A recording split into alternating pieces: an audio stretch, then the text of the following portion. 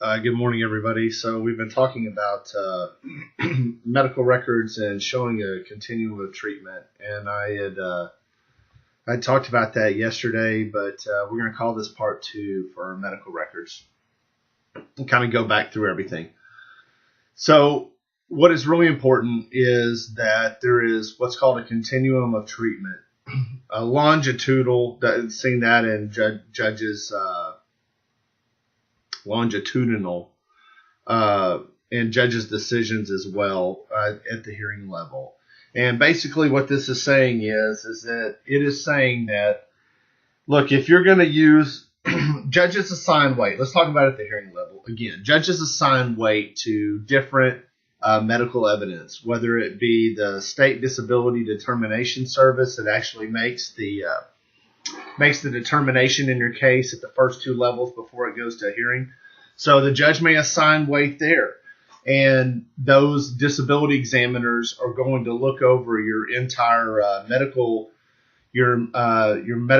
library, if you will, all of your medical evidence, and make a determination from there about how they believe what's called, and we've talked about this before, your residual functional capacity. What is your capacity to work?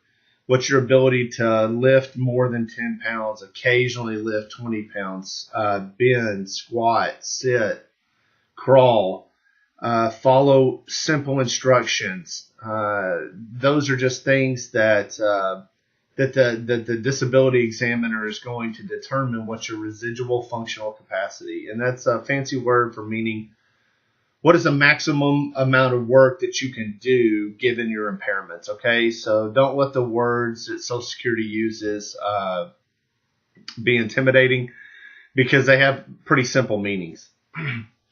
Okay, so the judge at your hearing level is going to assign weight to that disability examiner, which is a medical doctor or a psychologist or a psychiatrist that looks at your medical records and says, whether or not you're disabled. So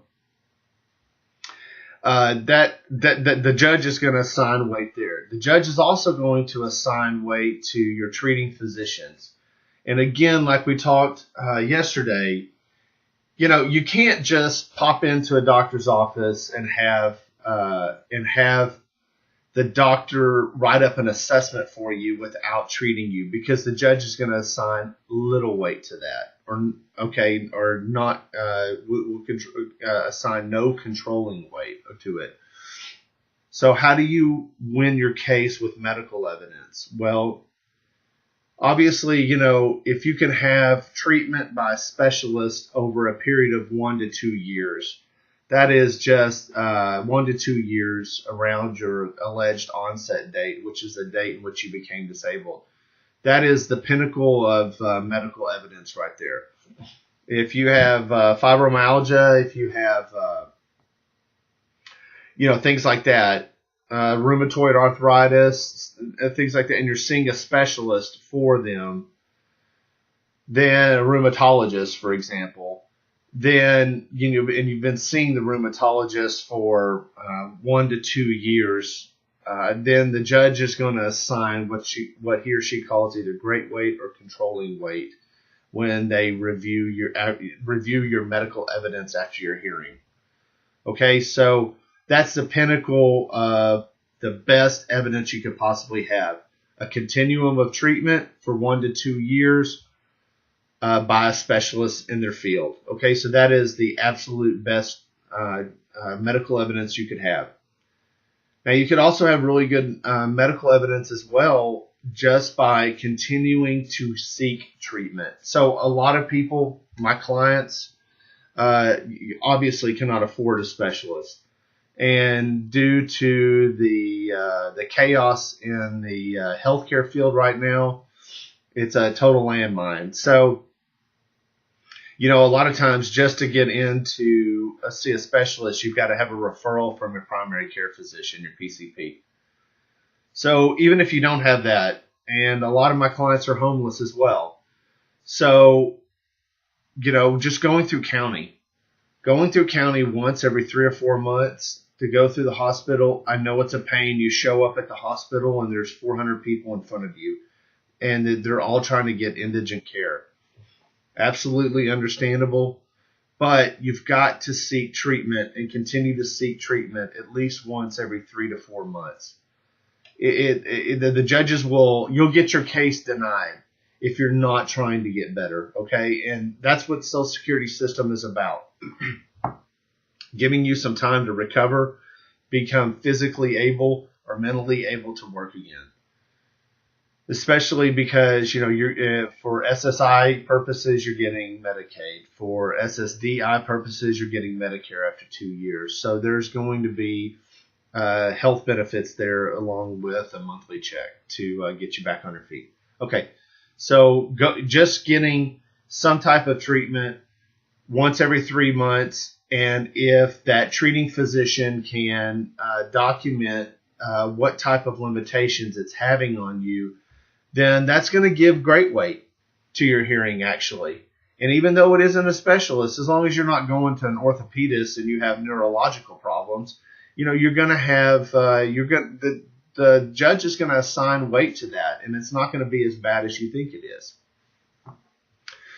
So that is why medical evidence is so important, and why getting a continuum of treatment is so important. Also, too, let's just talk real quick about acceptable medical sources. So you're trying to go to the doctor. Man, that's great. But what you need to be doing is you need to be going to a DO or an MD. If you're going to a chiropractor for your back, a chiropractor is not an acceptable medical source. And while you can do physical therapy through a chiropractor's office, you're going to have to go through an MD or a DO to have him or her be an acceptable medical source. It's just that's the way Social Security has it. Also, too, if you're going out and you're getting mental evaluations, if you're getting mental health care, you need to be going to a psychologist or a psychiatrist.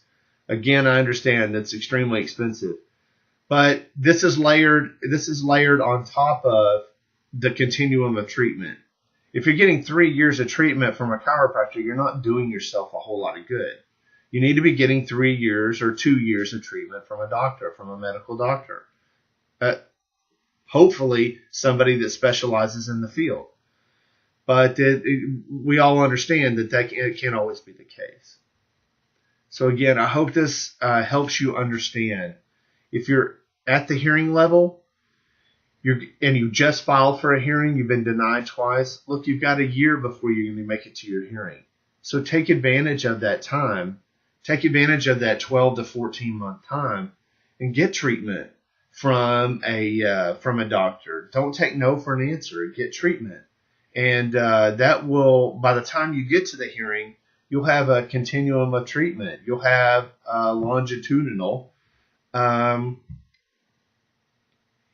a series of medical exams and treatment that will really help your case. Take care, guys. See you tomorrow.